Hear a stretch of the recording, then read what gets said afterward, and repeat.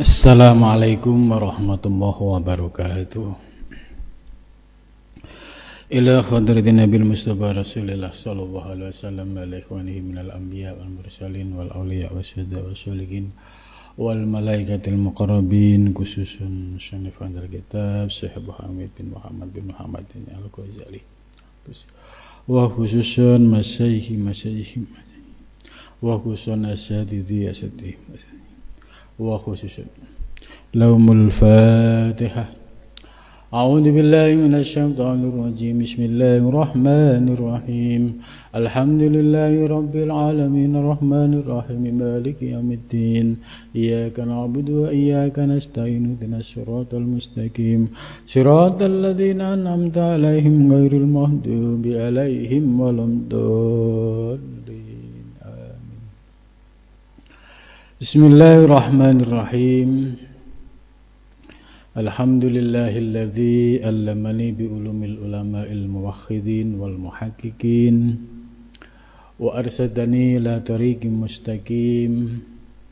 Wassalatu wassalamu ala sayyidil wujud wal arwah nabiyyina Muhammadin sallallahu alaihi wasallam alladzi jaa'a bisyari'ah wa tariqah wal haqiqah wal ma'rifah wa ala alihi wa sahbihi ajmain, amma ba'du.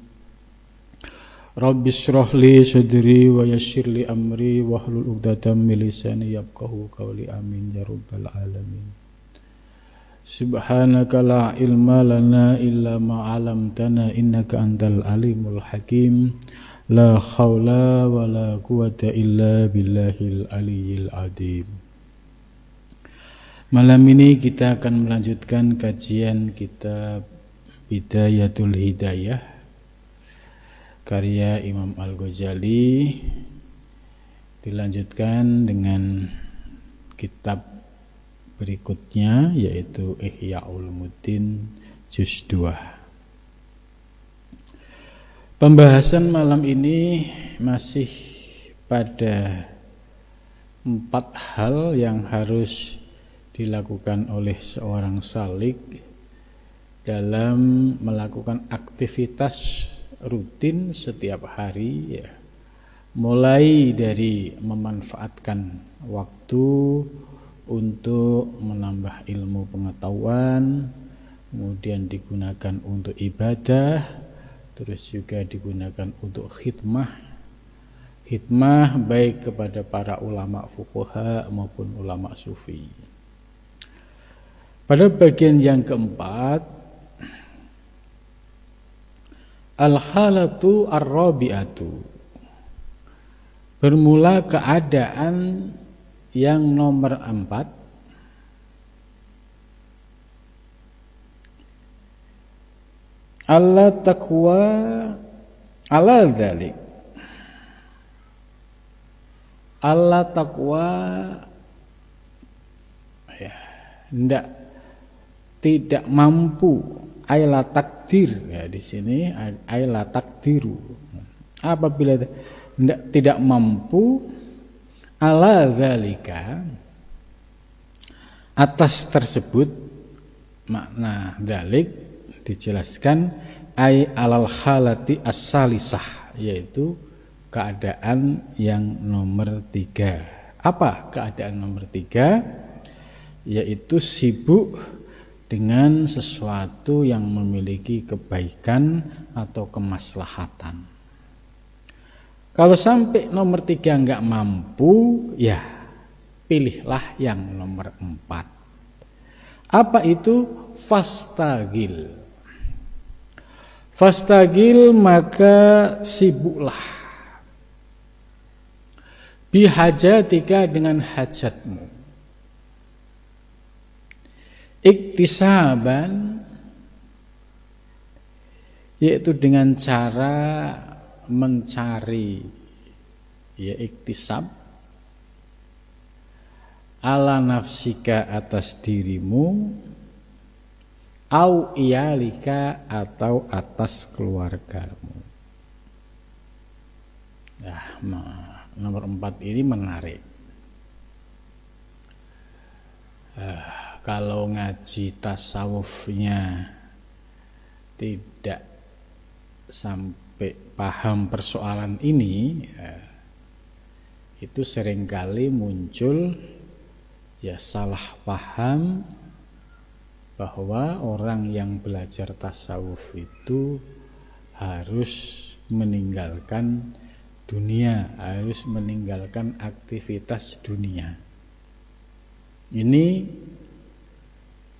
sebenarnya persepsi pendapat orang yang belum paham dalam memahami tasawuf. Buktinya di sini Imam Ghazali, ya, tentu ini nasihat ini buat para salik mubtadi, salik pemula dan juga mutawasid. Apabila tidak bisa memberikan manfaat terhadap publik, terhadap orang lain atau masyarakat, lebih baik menyibukkan diri untuk memenuhi hajat pribadi dengan cara bekerja, ya, untuk mencari nafkah, ya, untuk memenuhi kebutuhan pribadi dan keluarga. Nah, ini artinya bahwa Imam Ghazali yang selama ini dituduh mengajarkan tasawuf yang harus meninggalkan dunia, itu terbantahkan. Ya, itu pendapat pengamat karena hanya melihat dari istilah zuhud, ya, asketisme, kemudian hanya melihat istilah kholwat, suluk, tanpa memahami maksud yang dikehendaki oleh Imam Ghazali. Dalam hal suluk dan kholwat, Imam Ghazali sangat tertib. Ya, tidak mungkin orang yang pemula, ilmunya masih mentah, pengamalannya masih mentah, ya, itu tidak direkomendasikan untuk suluk atau kholwat, ya, sebab belum memiliki bekal yang mapan. Apalagi orang belajar tasawuf, ya, kemudian membuat alasan atau bikin alasan gara-gara ngaji tasawuf lantas meninggalkan aktivitas duniawi yang sebelumnya kerja di kantor, resign, keluar, pengen menjadi ahli tasawuf, ya, yang punya aktivitas profesional, ya, gara-gara pemahaman tasawuf yang tidak utuh, kemudian ingin meninggalkan dunia yang selama ini digeluti. Nah, ini menunjukkan bahwa mereka belum paham. Nah, bagian yang keempat ini Imam Ghazali menegaskan bahwa seorang salik, ya, apabila melihat dirinya itu tidak bisa memberikan kontribusi manfaat terhadap orang lain, ya, umat Islam, artinya memang tidak ada bekal keilmuan. Kalau seorang guru kan dia punya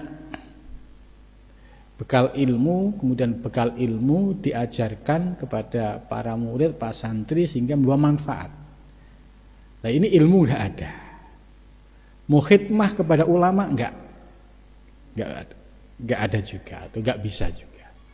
Maka solusinya yaitu menyelamatkan dirimu dan keluargamu, yaitu dengan cara apa? Ya, bekerja, ya, secara profesional. Kalau memang dia mau berdagang, ya berdaganglah dengan cara yang benar untuk mendapatkan rezeki yang halalan thayyiban. Kalau dia karyawan, ya bekerjalah secara profesional supaya harta yang kita peroleh benar-benar halalan thayyiban. Nah, ini Imam Ghazali menegaskan bahwa fastagil bihajatika, ya, prioritaskan urusanmu dulu diselesaikan, ya, yaitu urusan masalah keuangan. Ya, keuangan ini terkait dengan pekerjaan. Jadi artinya apa? Mencari kerja bagi seorang salik adalah kewajiban. Mencari duit bagi seorang salik adalah kewajiban. Ya, yang tidak boleh adalah mengatasnamakan ajaran tasawuf, kemudian malas bekerja, ya, terus hanya mengandalkan atau tomak kepada orang lain. Ini yang tidak diperkenankan. Ya. Jadi satu sisi belajar tasawuf, kemudian tidak sadar hawa nafsu ikut nimbrung, ya, membuat dia malas, hanya menghayal, akhirnya kerja tidak, zikir tidak, ya. Dampaknya apa? Lahir batin nggak dapat apa-apa gitu. Ya. Jadi selamatkan dirimu dan keluargamu. Artinya cukupilah nafkah anak dan istri bagi seorang salik, ini prioritas utama. Ya.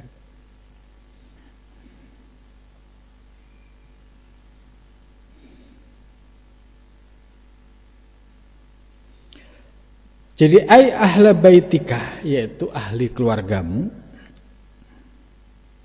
wa man tamaunahu, dan orang-orang yang menjadi tanggung jawabmu, li'annahu laisa lak, karena mereka bukan kamu. Antudayyi al-iyal, menyanyiakan al-iyal keluarga.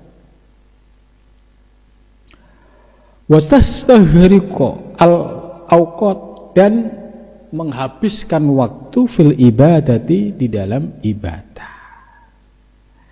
Jadi menyanyiakan waktu, menyanyiakan keluarga, waktunya habis untuk ibadah. Ini sangat tidak dianjurkan oleh Imam Ghazali. Ada banyak pertanyaan, ya, beberapa kali saya ditanya, ya, ketika orang yang baru belajar tasawuf, kemudian orang tersebut, ya, mulai jatuh cinta dengan ilmu tasawuf. Kemudian dia mulai berpikir, wah, kalau saya masih bekerja begini, saya nggak mungkin bisa khusyuk untuk ibadah, nggak mungkin bisa zikir. Akhirnya memutuskan untuk resign. Ya. Saya sudah pernah bertemu dengan 2 orang yang seperti ini, dan saya selalu memberikan nasihat, jangan, ya, karena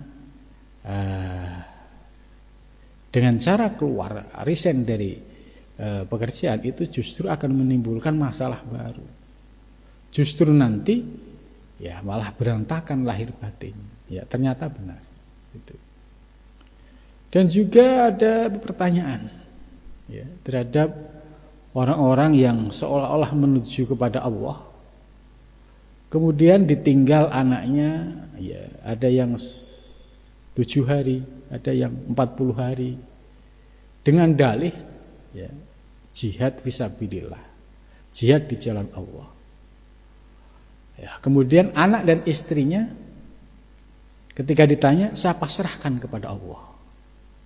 Ya, karena posisi saya sedang jihad atau sedang hijrah selama 40 hari, anak dan keluarga saya tinggalkan, saya pasrahkan kepada Allah. Lah, pasrah model seperti ini adalah pasrahnya orang yang mabuk. Pasrah yang tidak terukur, pasrah yang tidak didasari dengan makom dirinya. Ya, bagi salikin pemula, ya, dalam hal urusan dunia posisinya adalah harus bekerja. Ya, tapi dia terpesona, ya, seolah-olah kalau dia meninggalkan rumah selama 40 hari itu berada di jalan Allah, kemudian Allah nanti akan mencukupi keluarganya. Nah, ini dia tidak sadar makomnya. Makomnya adalah masih makom pemula, sebagaimana yang dijelaskan oleh Imam Ghazali, harus bekerja untuk menghidupi anak dan keluarga. Nah, orang-orang yang memilih jalan seperti ini sudah salah jalan. Apakah anak dan istrinya kemudian dicukupi oleh Allah? Ya kembali kepada persoalan yang ada di sekelilingnya. Ya, namanya suami tidak kerja, istri tidak kerja, ya pasti lambat laun stok beras atau stok keuangan pasti menipis dan lambat laun juga akan habis. Kalau habis, ya pasti akan menimbulkan masalah. Lah, orang-orang yang belajar tasawuf itu tidak boleh melakukan tindakan yang konyol seperti ini. Artinya mengatasnamakan tasawuf, ya mau menuju Allah 40 hari meninggalkan anak istri, tapi anak istri tidak dibekali dengan nafkah yang cukup. Nah, ini ya salah kaifiat, salah langkah, salah guru, ya. Sebab pasti dampaknya anak istri akan berdampak secara ekonomi, ya karena tidak ada sumber, paling ya nanti menunggu uluran tangan kiri kanan, tapi lambat laun kan tidak bagus. Kemudian yang kedua, ya, suami yang sedang jihad 40 hari meninggalkan rumah dari masjid ke masjid, pasti pikirannya juga galau. Sebagai seorang kepala rumah tangga, ya pergi dari rumah tanpa membekali anak istri apa-apa, ya pasti akan mengalami kegagalan. Jadi suaminya juga tidak tenang, anak dan istri di rumah pasti ya mengalami kekurangan. Nah, cara seperti ini itu bukan cara sufi. Ya, menurut Imam Ghazali, kalau seorang sufi ya sadar makomnya apa? Saya salikin pemula. Salikin pemula, kamu punya manfaat nggak di tengah masyarakat? Misalkan jadi ustadz atau jadi apa? Tidak, ya sudah kamu bekerja secara profesional. Apapun profesi, yang penting itu bisa menghasilkan rezeki yang halal, menjadi sumber rezeki yang halal, tidak ada masalah. Sebab Imam Ghazali menjelaskan, selamatkan dulu dirimu dan keluargamu. Jangan sampai kamu menghabiskan waktumu untuk ibadah, tapi anak istrimu ya kelaparan, ya. Sementara kamu sebagai penanggung jawab keluarga tidak menunjukkan sikap tanggung jawab. Nah, ini ada kalimat menarik. Bagi orang yang punya anak dan istri yang wajib dinafkahi, wakana dan ada wirduka wiridmu hudurus sauki, yaitu hadir di tengah pasar, wal istigol dan sibuk bil kasbi dengan pekerjaan. Ini menarik. Seorang salik yang menuju Allah, ya ketika posisinya itu harus bekerja, ya karena kalau tidak bekerja ya nggak makan, ya itu utamakan. Karena menyelamatkan diri yaitu dengan cara bekerja mencari nafkah baik untuk sendiri maupun keluarga, ini lebih utama. Justru ketika Anda berangkat ke pasar, berangkat ke kantor, karena wirduka, ini menjadi wiridmu. Jadi artinya ini menjadi peluang ibadah. Jadi wirid zikir itu bukan berarti ya di kamar yang sepi kemudian megang tasbih, ya itu bukan itu. Ya, wirid bagi seorang suami yang punya anak dan istri, pergi ke kantor, pergi ke pasar sesuai dengan profesinya, itu adalah bagian dari wiridmu. Jadi ini menarik ya, saya menemukan kalimat ini sangat realistis. Ya, ini yang banyak orang yang salah paham terhadap ajaran tasawuf. Jadi salah besar kalau orang yang belajar tasawuf kemudian tidak mau bekerja, meninggalkan anak istri dalam keadaan kelaparan. Itu. Nah, bahkan di sini dijelaskan wiridnya orang yang bekerja, berjuang memberikan nafkah dan istri, yaitu pada saat dia hadir di pasar, hadir ya sesuai dengan profesi masing-masing, itu menjadi bagian dari wiridnya. Itu. Waqad salima, dan sungguh telah selamat sapa al-muslimun, orang-orang muslim, minka, darimu. Itu ya. Kalau kondisi kamu bisa mandiri secara ekonomi tadi, maka kamu telah menyelamatkan orang muslim yang lain.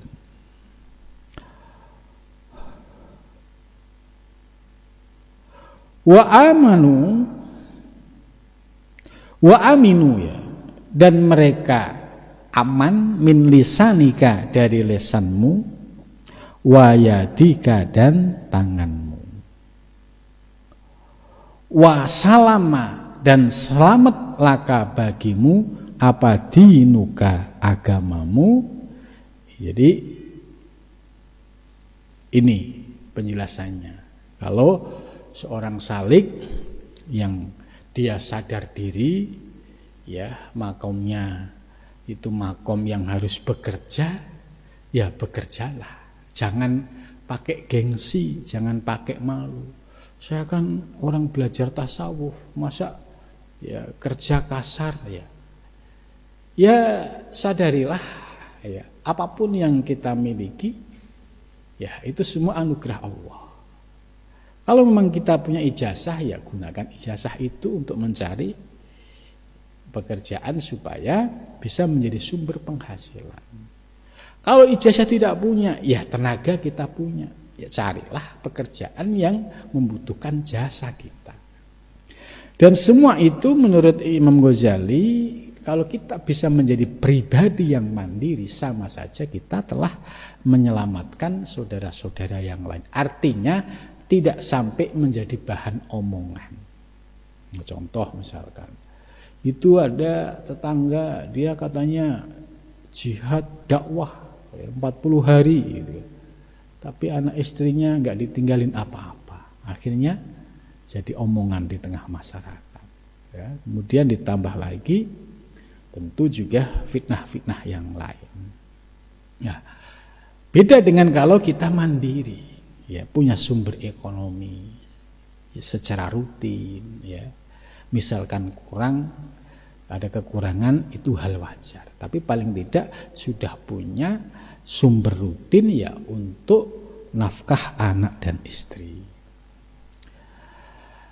Jika demikian, maka selamatlah, wasalimalaka dinuka, selamatlah agamamu. Jadi di sini Imam Ghazali menunjukkan beragama yang baik ya beragama yang didasari dengan kemandirian. Mandiri secara ekonomi. Kalau kita mandiri secara ekonomi, otomatis ibadah kita juga akan tenang, keluarga kita juga akan tenang. Ini yang disebut ya agama kita telah terselamatkan. Berbeda dengan ya ada sifat malas, tidak mau bekerja, kemudian beralasan pakai ilmu-ilmu tasawuf, ilmu hakikat, kemudian akhirnya menjadi orang yang berharap sana sini, tomak sana sini. Nah, ini sama saja merusak agamanya dan juga bisa menyebabkan mandorot bagi yang lain. Ya. Ajaran Imam Ghazali ini menarik ya. Ini kalau ngaji tasawufnya ya, mulai dari dasar seperti ini, itu insya Allah tertib. Ya, yang seringkali error itu enggak didasari dengan kajian-kajian seperti Bidayatul Hidayah, kemudian langsung naik memahami ilmu hakikat. Pondasinya tidak kuat, ya akhirnya dampak dalam pengamalan ini banyak disetir oleh hawa nafsu. Dan pada saat itu pasti akan menimbulkan masalah. Sebab ilmunya belum paham, hawa nafsunya masih dominan. Akhirnya hawa nafsunya ini yang menjadikan ilmunya untuk alat pembenaran. Ya. Itlam tertakib maksiatu. Itlam tertakib jika kamu tidak datang maksiatan pada sebuah maksiat, fatanalu, maka kamu akan memperoleh bidzalika dengan pekerjaan tersebut darajata ashabil yamin, yaitu derajatnya ashabul yamin. Ashabul yamin itu orang-orang yang memiliki tangan kanan.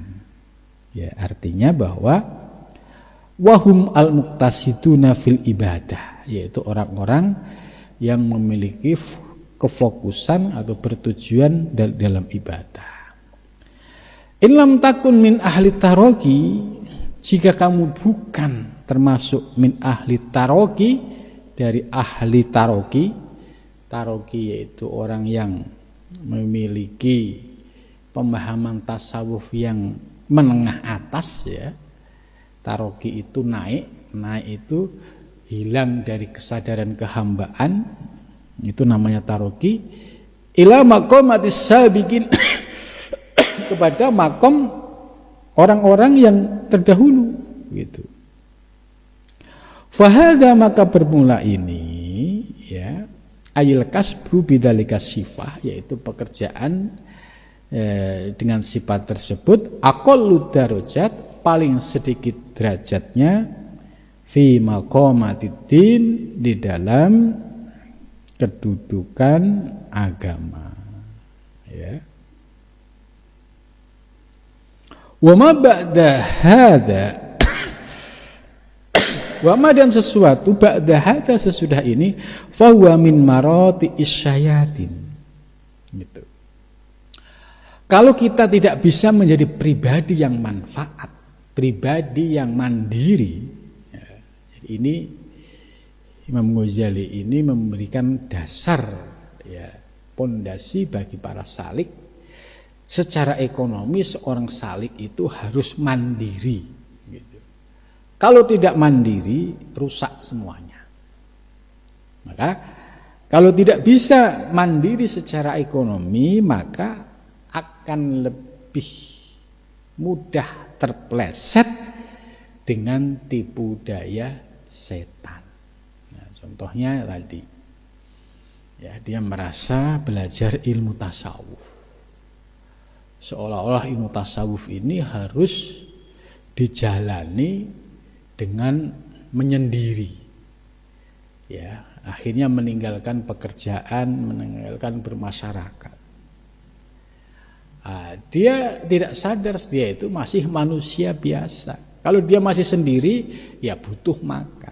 Kalau punya keluarga, ya keluarganya butuh makan. Nah, ketika tidak ada sumber ekonomi, ini yang menjadi malapetaka, yang akhirnya nanti mudah terpleset pada tipu daya setan. Ya, akhirnya hawa nafsunya yang lebih dominan muncul. Contoh kalimat yang sering kita dengar, orang-orang yang meninggalkan anak istri kemudian dengan dalih dakwah 40 hari, ya, kita kan dakwah di jalan Allah, ya pasti Allah akan mencukupi. Nah, orang yang seperti ini tidak sadar makom dia ini makom yang harus bekerja. Maka anak istri kalau tidak diberikan nafkah secara benar, ya pasti akan mengalami masalah. Dan dampaknya, ya bisa disurvei, ini dampaknya pasti akan menimbulkan ya tingkat perceraian cukup tinggi.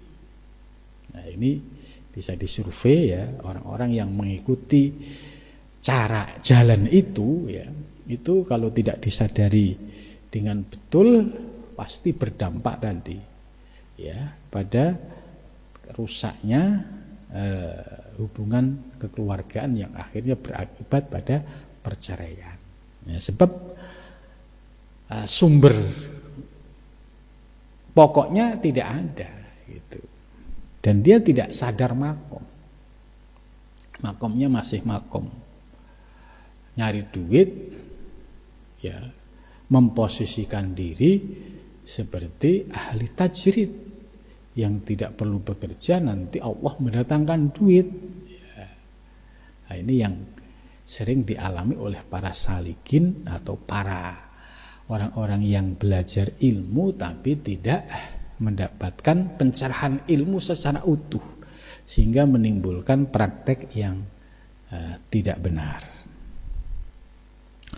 Kemudian selanjutnya, wadzalika bi antastagila wal iyadu billah. Jadi kita mohon perlindungan kepada Allah ya, apabila seorang salik ya terpesona ya, memakomkan diri. Sebenarnya makomnya adalah makom kasab, harus nyari duit, nyari kerja, tapi dia memakomkan diri pada makom tajrid. Maka sesungguhnya ini min maroti syayatin, memaksakan diri sehingga dia akan terjebak, terjerat dengan tipu daya setan, dan ini lebih buruk dampaknya ya. Bagaimana mungkin akan sampai kepada Allah kalau dalam hal yang sepele ini mengundang banyak masalah itu.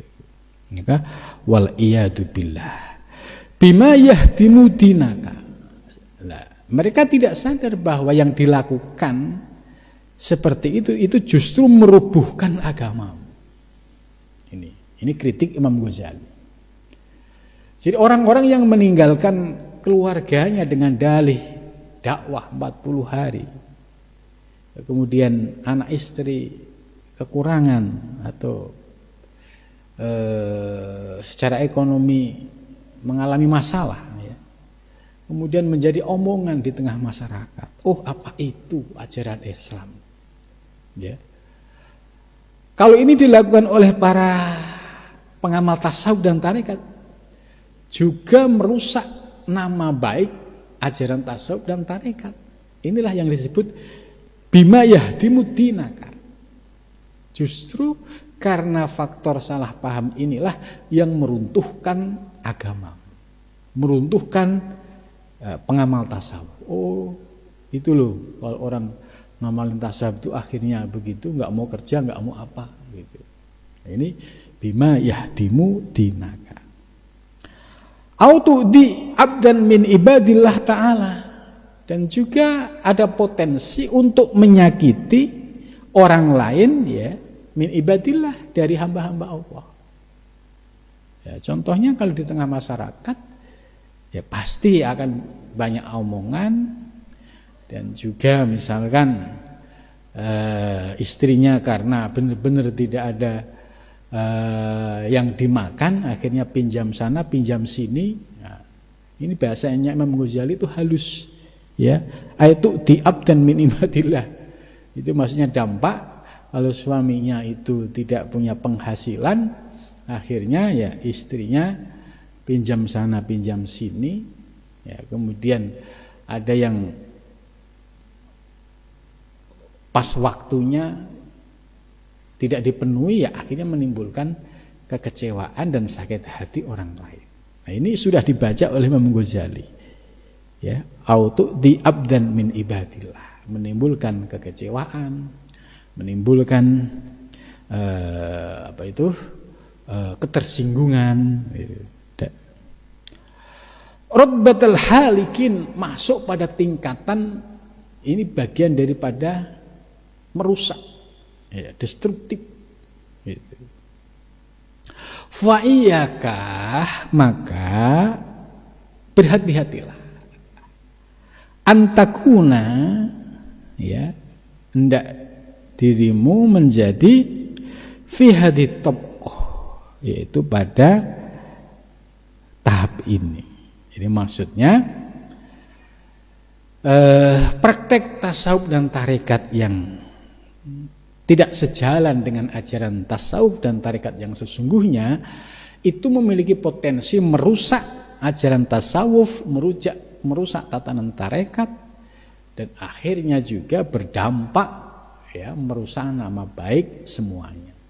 Padahal ini diakibatkan oleh pemahaman yang tidak utuh, kemudian dibisiki oleh hawa nafsu, ya, mau kerja males, mau apa-apa males, maunya enak, ngerokok enak, ngopi enak, gitu. Nah ini oleh Imam Ghazali, salikin-salikin yang pemalas seperti ini dikritik, ya, bahkan ini yang meruntuhkan agama, ini yang meruntuhkan nama baik bagi orang-orang yang mengamalkan ajaran tasawuf dan tarekat, ya. Mudah-mudahan dari penjelasan ini kita mendapatkan tambahan ilmu bagaimana sikap yang benar dalam mengamalkan tasawuf. Ternyata oleh Imam Ghazali kita diajarkan menjadi pribadi tasawuf yang progresif, yang produktif, ya. Mau jadi pejabat ya silahkan, jadi pengusaha silahkan, menjadi ASN silahkan, menjadi karyawan silahkan, menjadi pedagang di pasar silahkan, semua dipersilahkan. Selama itu bisa menjadi sumber rezeki yang halalan thayyiban. Jangan sampai menjadi salik, ya, yang terpedaya oleh hawa nafsu, oleh pemahaman yang tidak utuh, ya, seperti malas kerja, malas apa-apa, ya, ngerusuhin orang lain, ganggu orang lain, ya, akhirnya merusak tatanan agama dan merusak nama baik ajaran ilmu tasawuf dan ilmu tarekat. Mudah-mudahan kita senantiasa mendapatkan bimbingan dari Allah Subhanahu wa taala. Wa huwa muwaffiq ila thariq. Assalamualaikum warahmatullahi wabarakatuh.